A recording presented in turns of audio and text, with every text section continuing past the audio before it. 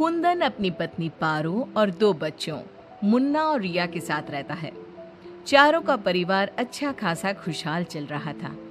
लेकिन एक दिन उसकी पत्नी पारो सीढ़ियों से फिसलकर गिर गई और अस्पताल पहुंचने से पहले ही उसने दम तोड़ दिया।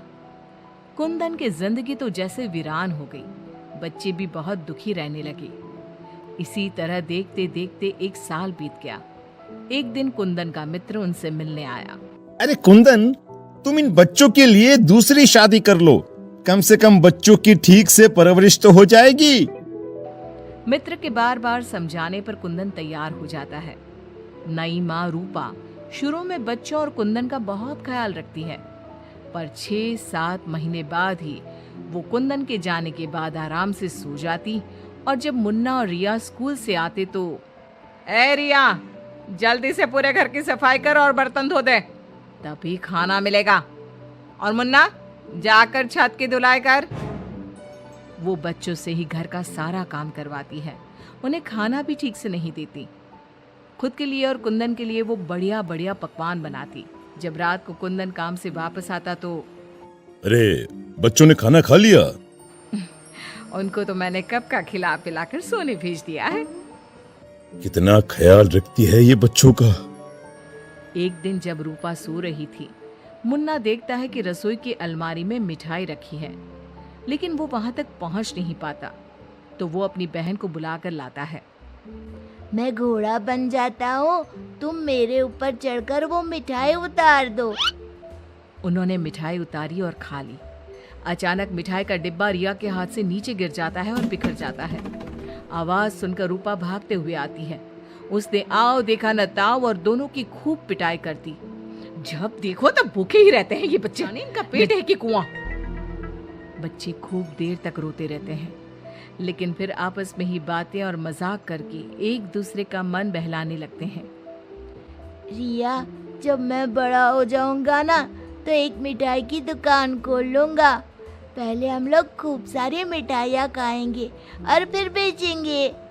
मुन्ना, मेरी तो शादी हो, तुम अकेले ही सारी मिठाइयाँ खाओगे ना? अरे हाँ रे, तब तक तो मेरी भी शादी हो जाएगी। कुंदन जब घर आता है तब उसकी माँ बच्चों की खूब शिकायत करती है। अरे बच्चों, तुम्हारी माँ तुम्हारा कितना ध्यान रखती है। आखिर क्या कमी है तुम दोनों को? पिताजी, उनकी बात पूरी भी नहीं हो पाती कि हाँ हाँ कह दो कि मैं तुम्हें खाना नहीं देती, सारे दिन घर के काम करवाती हूँ, कह दो ना। मुन्ना चुपचाप खड़ा रहता है। अब तो हम दोनों को पिताजी से बात भी नहीं करने देती। नहीं माँ। मुन्ना और रिया बहुत दुखी होते हैं। रात को इन बच्चों ने नाक में दम कर दिया है, तुम इन्हें लेकर जाओ और कहीं जंगल में छोड़कर आओ। अरे ये क्या कर रही हो तुम? ये दोनों मेरे जिगर के टुकड़े हैं, इनके बिना मैं कैसे रहूंगा? कुंदन को बार बार समझाने पर भी जब वो नहीं मानता, तब उसे एक उपाय सूझता है। कुछ दिनों तक वो बच्चों के साथ खूब अच्छे व्यवहार का नाटक करती है। बच्चे खूब खुश रहते हैं। एक दिन, सुनो, जल्दी से नाश्ता लगाओ, मुझे 2 दिन के लिए शहर जाना है। रूपा बहुत खुश होती है। वो सोचती है कि ये तो बच्चों को जंगल में छोड़कर आने से रहा, मैं ही इन्हें छोड़ आती हूँ। कुंदन के जाने के बाद, बच्चे चलो, आज हम तुम्हारी नानी के घर चलते हैं। बहुत देर तक चलते चलते जब वो सब घने जंगल में पहुंच जाते हैं तब, माँ, इधर का नानी का घर है, लगता है हम रास्ता भूल गए हैं। अच्छा, तुम लोग यहीं रुको, मैं रास्ता पूछकर थोड़ी देर में आती हूँ। हाँ, ये कहकर रूपा उन्हें वहीं छोड़कर चली जाती है। बहुत देर हो जाती है और रूपा वापस नहीं आती तो, माँ कब आएगी भैया? इस तरह सुबह से शाम हो जाती है। जहाँ एक तरफ बच्चे जंगल में अपनी माँ का इंतजार कर रहे होते हैं, वहीं दूसरी तरफ रूपा घर में आराम से बैठी थी। इसी तरह 2 दिन बीत जाते हैं और 2 दिन बाद कुंदन जब घर वापस आता है तो, बच्चे कहाँ हैं? मैं उन्हें जंगल में छोड़ आई। ये तुमने क्या किया रूपा? बच्चे बेचारे जंगल में अकेले कहाँ भटक रहे होंगे? क्या किया तुमने ये? देखो, अगर तुम्हें अपने बच्चों की इतनी ही चिंता है ना, तो जाओ तुम और उन्हें ढूंढते रहो। कुंदन बच्चों को ढूंढने की बहुत कोशिश करता है, पर बच्चों का कुछ भी पता नहीं चलता। कुंदन बहुत दुखी होता है। अब वो हर रोज काम पर जाने के बहाने जंगल में बच्चों को ढूंढता हुआ भटकता रहता है। रूपा के जाने के बाद बच्चे रोते रोते आगे बढ़ने लगते हैं। माँ बड़ी चालाकी से हमें जंगल में छोड़कर चली गई। अब हमें रहने के लिए कोई ठिकाना ढूंढना ही होगा। अब तो अंधेरा भी घिर रहा है। आगे जाते ही उनको एक झोपड़ी दिखती है। बच्चों को थोड़ी आशा बनती है। दोनों भागते भागते वहां पहुंचते हैं और झांक कर अंदर देखते हैं तो एक बुढ़िया चरखे पर सूत काट रही थी। उसके शरीर पर सफेद वस्त्र थे। अंदर का माहौल बड़ा डरावना लगता है, पर बच्चों को तो कोई आसरा चाहिए था।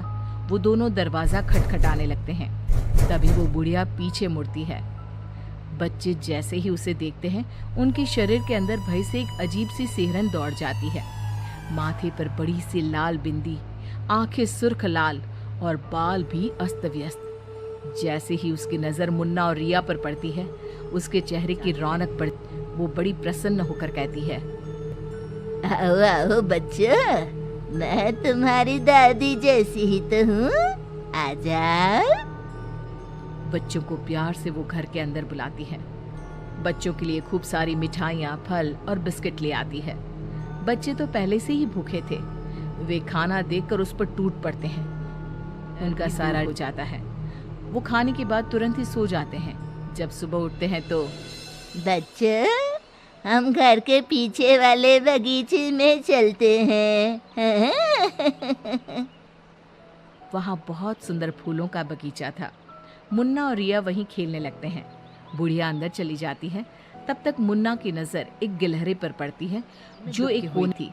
मुन्ना उसे प्यार से अपने हाथ में उठा लेता है। तभी गिलहरी इंसानों की आवाज में बोलती है, बच्चों, तुम लोग यहाँ से भाग जाओ। ये बुढ़िया एक खतरनाक चुड़ैल है। तुम्हें खिला पिला कर पहले मोटा करेगी, फिर पिंजरे में डाल देगी। सभी बच्चों को ये जादुई छड़ी से पशु पक्षी बनाकर बगीचे में रख देती है। एक एक करके अपनी जादू को बेहोश कर देती है और कढ़ाई में तेल गरम करके पकोड़े बनाकर खा जाती है। इसके पास एक आदमकद का पिंजरा है। ये खुद उसकी सफाई करती है। ये कहकर गिलहरी जमीन पर कूद जाती है। जब दोनों घर में जाते हैं तो देखते हैं कि बुढ़िया पिंजरे की सफाई कर रही थी और उसके मुंह पर खून लगा था। बच्चों को देखते ही अपना मुंह पोंछने लगती है वो। रिया चारों तरफ जादू की छड़ी ढूंढने के लिए नजर दौड़ाने लगती है। अचानक उसे जादू की छड़ी दिखाई देती है और वो दोनों लपटकर वो छड़ी उठा लेते हैं। जादुई छड़ी, पिंजरा बंद कर दो। पिंजरा बंद हो जाता है।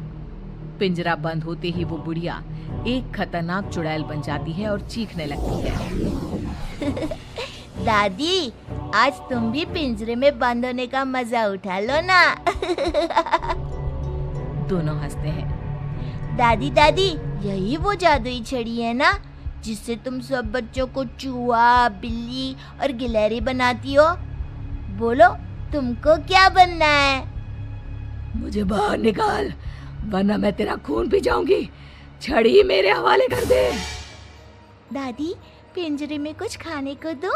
ये लो, तब तक आम की गुठलियां चूसो। इनमें अभी भी बहुत रस बचा है। दोनों आम की ढेर सारी गुठलियां पिंजरे में फेंक देते हैं। एक बार मैं बाहर आ जाऊं ना, तुम दोनों के पकोड़े बनाकर चबा जाऊंगी। जय काली कलकत्ते वाली, तेरा वचन न जाए खाली। जादुई छड़ी, इस चुड़ैल को मछली बना दो। जादुई छड़ी, एक बड़े से कढ़ाई में तेल गरम कर दो। जादुई छड़ी चुड़ैल को मछली बना देती है। दोनों उसे उठाकर एक बाल्टी में डाल देते हैं। कढ़ाई में तेल गरम हो रहा होता है। मुन्ना और रिया दौड़कर बगीचे में जाते हैं। वहाँ बहुत सारे जानवर और पक्षी होते हैं। जादुई छड़ी, इन सारे लोगों को इनके असली रूप में बदल दो। तभी सारे जानवर और पक्षी बच्चों में बदल जाते हैं। सब कमरे में आ जाते हैं। हमें इस चुड़ैल ने बहुत तड़पाया है, चलो आज इसको मजा चखाते हैं। जादुई छड़ी, इस चुड़ैल को पिंजरे में डालकर फिर चुड़ैल बना दो। पिंजरे में चुड़ैल फिर चिल्लाने लगती है, ये सारे के सारे शैतान कैसे यहाँ आ गए? जैसे तुम पिंजरे में बंद हो गई, वैसे ही हम सब भी यहाँ आ गए। सभी बच्चों ने पिंजरे में ठंडा ठंडा पानी फेंकना शुरू कर दिया। चुड़ैल पहले तुम नहा लो, फिर हम तुम्हें मछली बनाकर पकौड़े बनाकर खा जाएंगे। सभी बच्चे खूब हंसते हैं। बच्चों मुझे माफ कर दो, मैं कभी ऐसा नहीं करूंगी। एक बार मुझे पिंजरे से निकाल दो। दोस्तों, क्या हमें इस चुड़ैल की चिकनी चुपड़ी बातों में आना चाहिए? नहीं, बिल्कुल नहीं, नहीं, बिल्कुल नहीं। मुन्ना जोर से छड़ी फटकारता है। जादुई छड़ी, चुड़ैल को मछली बनाकर कढ़ाई में डाल दो। मछली की कढ़ाई में गिरते ही बहुत तेज आवाज होती है, जैसे कहीं बिजली चमकी हो।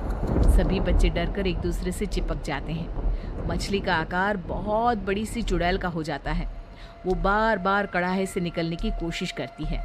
सभी बच्चे मिलकर उसे फिर कढ़ाई में ढकेल देते हैं। अंत में वो गरम तेल में जलकर मर जाती है। सब बच्चे खुश होकर तालियां बजाने लगते हैं।